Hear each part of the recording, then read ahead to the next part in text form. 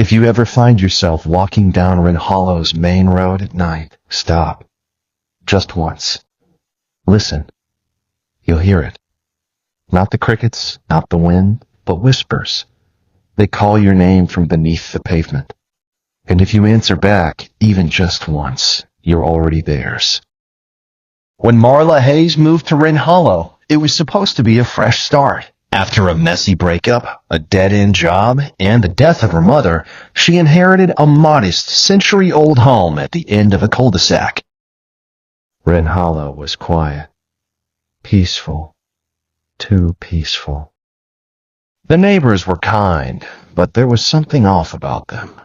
They always smiled, too wide. They never spoke of the weather or shared gossip. And no matter the time, they never stepped off their porches after sunset. On her third night, Marla woke at 3:33 a.m. to a sound she couldn't explain. It wasn't the creak of wood or the groan of pipes. It was voices, dozens of them, whispering beneath her floor, calling her name like a chant echoing through a tunnel. She dismissed it as a dream. But it happened again and again. Each time, the whispers grew louder, more persistent. She began to hear them while awake, when brushing her teeth, when cooking, when showering. They slithered between the walls, beneath the tiles, always from below. Curious and growing paranoid, Marla pulled up the old carpet in the basement one morning. Underneath, she discovered a rusted trapdoor, sealed shut with nails older than the house itself. She pried it open and found a narrow, spiraling staircase made of rotting wood that led deep into the earth. At the bottom, there was a tunnel. Damp, freezing cold, and impossibly long. As she walked, her flashlight flickered violently. The walls were covered in handprints, dozens, maybe hundreds. Some were child-sized, others inhumanly long. Every one of them clawed outward, as if the tunnel wasn't meant for people to go in, but for something to stay in. Then she saw the dolls. Hundreds of them, lining the tunnel walls. Each one was handmade, stitched from burlap and human hair. Their eyes were real glass marbles, and in every mouth was a tooth. Some still had blood on them. Marla's flashlight hit a doll at the very end of the tunnel, sitting atop a wooden pedestal. This one was different. Its dress was stitched from yellow cotton, exactly like the pajamas Marla wore to bed. And carved into its forehead was her name, Marla H. She turned to run, but the tunnel had changed. The entrance was gone. The walls had moved, curved, bent in on themselves. She wasn't alone anymore. Shadows moved behind her. The air grew thick. And then something whispered. Not her name, but a command. Speak. Her lips trembled. She said, "Who are you?" And that's when the screams began. Not hers, but from the dolls. Hundreds of them, screaming in unison. Blood poured from their mouths. The tunnel trembled. She blacked out. Marla lay in bed with the covers pulled up to her chin, her limbs rigid and her breath shallow. She couldn't sleep, couldn't stop thinking about the tunnel, the dolls, the tooth with her name, the flickering flashlight, the sound of something crawling just behind her. She had locked the basement trapdoor with a deadbolt. Then she pushed her old dresser over it, and for good measure, stacked 3 kitchen chairs on top. But something still felt wrong. The air in the room was colder now, as if the house itself was breathing, slowly, rhythmically, around her. And then it happened. The house went silent. Not normal silence, but a dead, oppressive void where not even the hum of electricity or distant cars existed. It was as though the entire neighborhood had been swallowed whole. Then, creak. She sat up instantly. The sound had come from below, the basement. She didn't want to check, but her body moved anyway, as if drawn by an invisible thread. Each step down the hallway felt heavier, slower, like she was walking underwater. The hairs on her arms stood straight. When she passed the guest bathroom mirror, her reflection was smiling, but she wasn't. The basement door stood at the end of the hall. Still locked, still blocked, but she heard it. Whispers, dozens of them, sifting through the cracks in the floor like smoke. They spoke her name in a dozen voices, some soft, some guttural, some that sounded just like her mother. She backed away, ran to the kitchen. Tried her phone, dead. Not low battery, completely drained.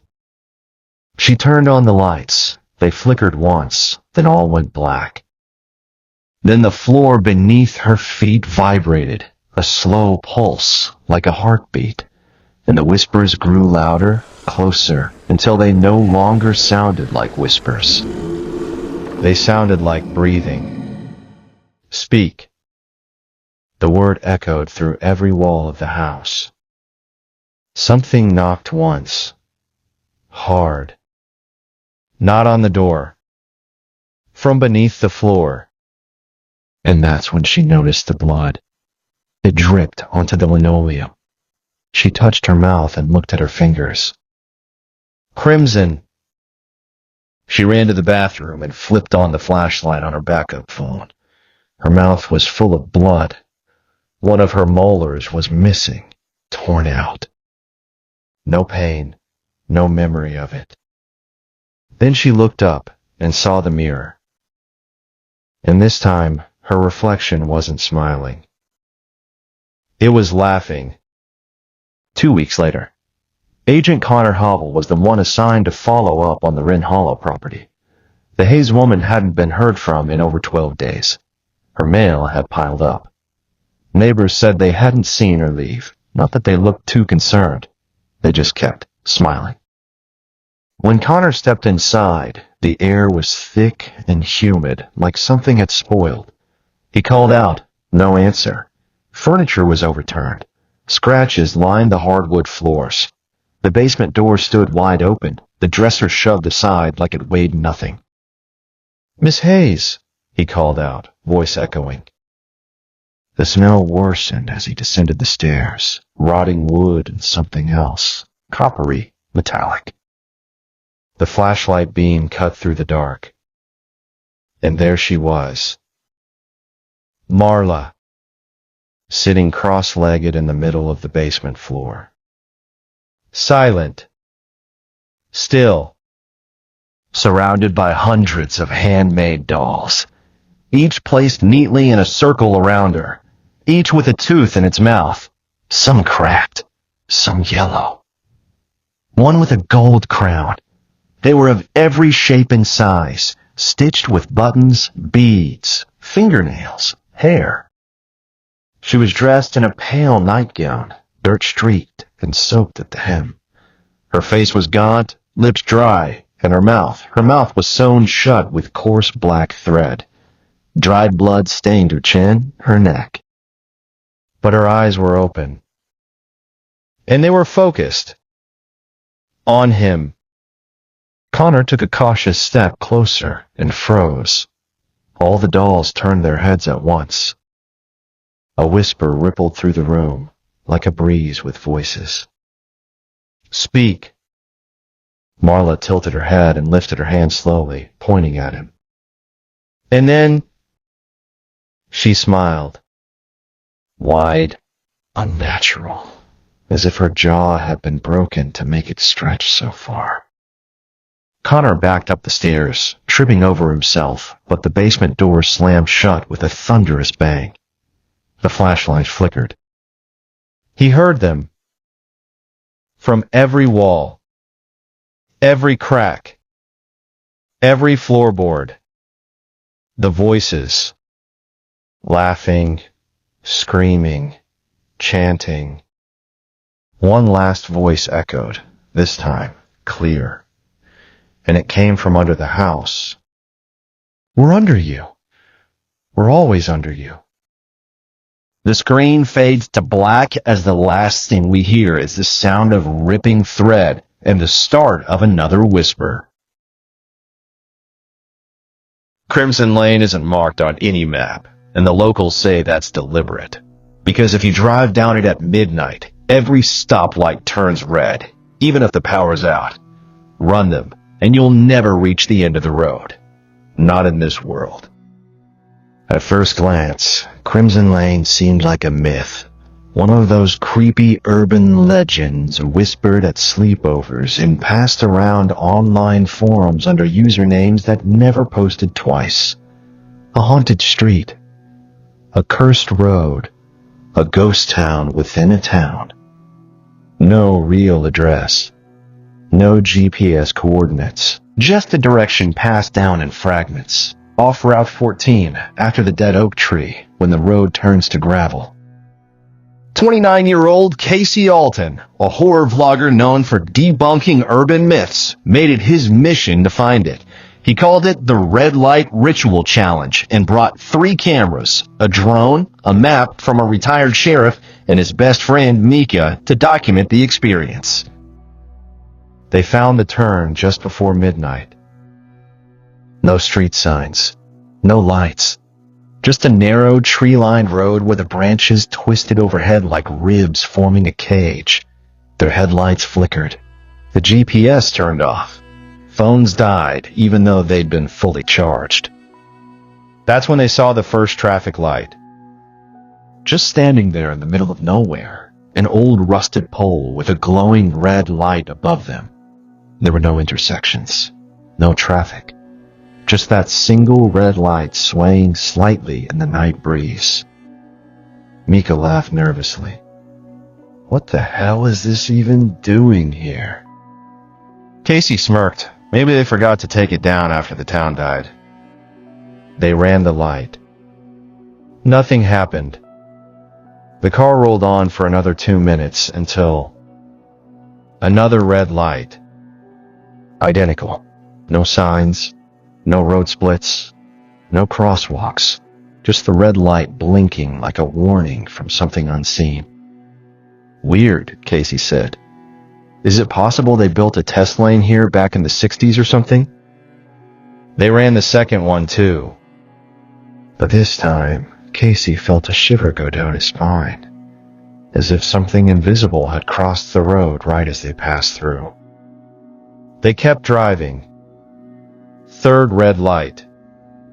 This time, it didn't blink.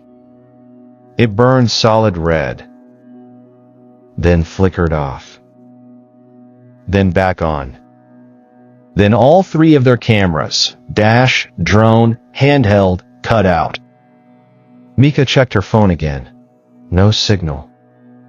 Okay, this isn't funny anymore, she said. Casey tried to laugh it off, but even he was starting to notice something. The road never seemed to end. They should have reached the turnoff 5 minutes ago, but they were still on Crimson Lane. Still between the trees. Still under the red lights. And that's when they saw the car. An old 1970s Pontiac crashed into a light pole on the side of the road. Its hood crumpled. Windshield cracked. The passenger door was wide open. Blood streaked across the window in long, deliberate handprints. As they drove past, they both turned to look and saw someone sitting in the driver's seat. A man with his head tilted all the way back, mouth wide open, eyes black. And the most horrific thing? He was smiling. His body twitched once as they passed. Casey slammed the brakes. What the hell was that? They backed up, slowly. But the car was gone. No sign of it. No blood. No crash. Just empty road again. Over the next several minutes of driving, the story deepens. Crimson Lane used to be a cut-through between towns back in the 1950s. Legend says a deranged man named Ira Bexley lived at the very end of the road, an ex-traffic engineer who suffered from paranoid delusions. He believed stoplights were holy devices that determined who lived and who died. One night, during a thunderstorm, Ira lured 7 people down Crimson Lane. He tampered with the lights, forcing them to stop, then hunted them car by car, slaughtered them right there in their vehicles. The town paved over the murders, buried the bodies beneath the road. They said the victims never left. That every red light on Crimson Lane is one of the souls Ira claimed, holding the line between the living and something else. That's why the road is gone from maps. That's why the power to that part of town was cut. But something kept the lights on. And they were about to find out what. Casey and Micah tried turning around, but no matter how many times they did, the road looped. Every U-turn brought them back to the same red light. The same trees. The same air, thick with the smell of burning wires. The sky was black now. Not night black, but void black. The stars were gone. The wind stopped. They pulled over. Got out. Silence. No bugs. No breeze. Just the hum of the red light overhead casting a blood glow over everything. Casey stepped into the trees, camera rolling. Micah stayed by the car. Then came the whisper. At first it sounded like traffic, then static, then voices. One by one, the red lights began to appear deeper into the woods. Dozens of them. Hanging from nothing. Just glowing red orbs in midair like mechanical fireflies. Each one blinked once. Click. Click. Click. Then the scream started. Not from Micah, not from Casey, but from behind the lights. A dozen different screams, some human, some not. Micah turned to run, but her shoes stuck to the asphalt. Her feet wouldn't move. She looked down. Hands, pale and rotten, were reaching up from the pavement itself, gripping her ankles. Casey rushed back, but the moment he stepped into the light, he vanished. Just gone. Not a scream, not a flash, just gone. The only thing left behind was his phone, still recording. And it captured one final image before the battery died. A single red light swinging above the road, and the faint outline of a man in the distance, wearing a traffic vest with a bloody wrench in hand. A week later, police found the car, abandoned on a gravel road 5 miles from town. The engine was melted. Inside, the camera equipment was intact. But there were no signs of Casey or Micah. The footage was reviewed by authorities but never released to the public. Unofficially, a tech leaked a few clips online. One frame showed a close-up of a red light's reflection in the windshield, and in the glass was a smiling face, eyes glowing, jaw dislocated. The town had the road paved over again. But every now and then, around midnight, a new red light is seen blinking in the forest. And if you stop to look too long, you'll see the other lights blinking back. They say the house on Bellflower Street isn't haunted. It's possessed, but not by a ghost, by an emotion. An unnatural, rotting kind of happiness that makes you smile until your skin splits. Locals call it the Wren house, and once you laugh inside, you'll never leave smiling. Bellflower Street had always looked picture perfect. Rows of identical homes with white picket fences, trimmed hedges, and cheery mailboxes. But the house at number 56 never fit in. It was slightly off-center, the windows crooked, The door of faded mustard yellow, like it had once been white, but changed slowly, unnaturally. It wasn't run down, but it was wrong. Like someone tried to make it normal and missed the mark. Just enough to put a chill in your spine. Nobody ever saw the owners. The blinds were always drawn. The grass never grew. Yet somehow, it never died. When 19-year-old Ellie Moran moved in with her aunt 2 houses down, she passed it every day on her way to work. She asked about it once. Her aunt went pale and changed the subject. Another neighbor, Mr. Delaney, just muttered, "Don't wave. Don't look too long," and never ever smile at it. Ellie thought it was all superstition until the night she heard laughter. It was 2:11 a.m. Ellie had come home late from her shift at the diner. As she stepped out of her car, she heard something from the Wren house. Laughter. Not joyful laughter, strained, high-pitched gurgling like someone trying to laugh while drowning. She froze. The front door of number 56 was open. Not wide, but just enough to see into the darkness. Then she saw it. A face behind the screen door. Pale, stretching, smiling too wide. The corners of its mouth looked torn. Blood, or something thicker, dripped from its chin.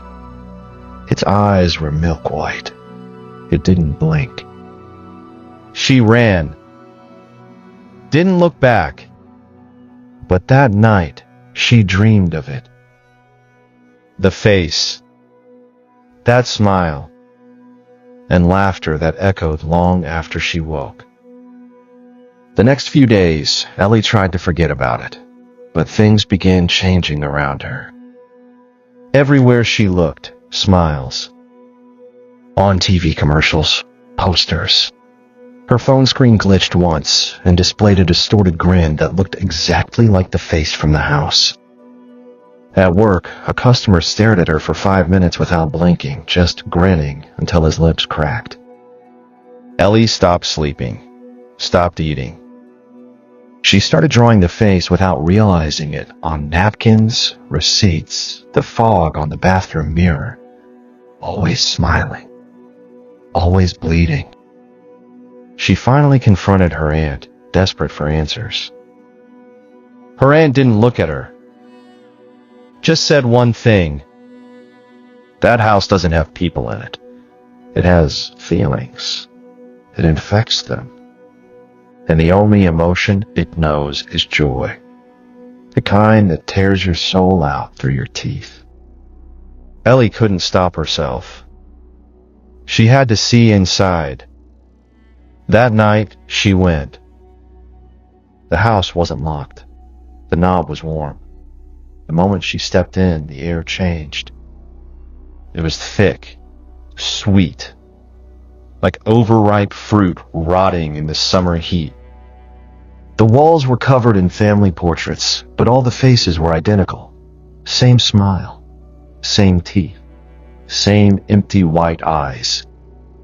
She walked into the living room. The TV was on. Static. But underneath the fuzz was audio. Laughing. Loud, unending, looping laughter that scratched at her brain. The couch was occupied. 4 people. Or what used to be people. Their bodies slumped in unnatural angles, necks bent backwards, jaws locked in wide grins. Their lips had split open at the corners, teeth exposed down to the roots, blood still fresh. Eyes open, watching her. Then the TV cut out. She heard the creak of floorboards behind her, turned, and saw herself standing in the hallway, grinning. "Don't frown," the copy whispered. "It hurts when you frown." The real Ellie tried to run, but her body didn't move. Her muscles locked. Her lips began to twitch upward. Ellie was found outside the next morning by the mailman. Naked, shivering. Her lips were curled into a permanent smile, dried blood at the corners. She didn't speak for days. When the doctors tried to relax her face with muscle treatments, her heart rate spiked. She had seizures every time they brought a mirror near her. Finally, she began to draw. Page after page after page of grinning faces. Sometimes it was her. Sometimes it was her family. Sometimes the entire street. All smiling. Bleeding. 3 months later, a demolition team was sent to remove number 56 Bellflower. The entire crew quit within 30 minutes. They said when they entered the foyer, they heard music, carnival music, and then laughter. Every mirror on the first floor reflected someone else behind them, always smiling. The crew lead, before resigning, left a single note on the desk of his supervisor. That house doesn't want to be destroyed. It wants to be loved. It wants to be adored. And the only way it knows how is to make you laugh until you break.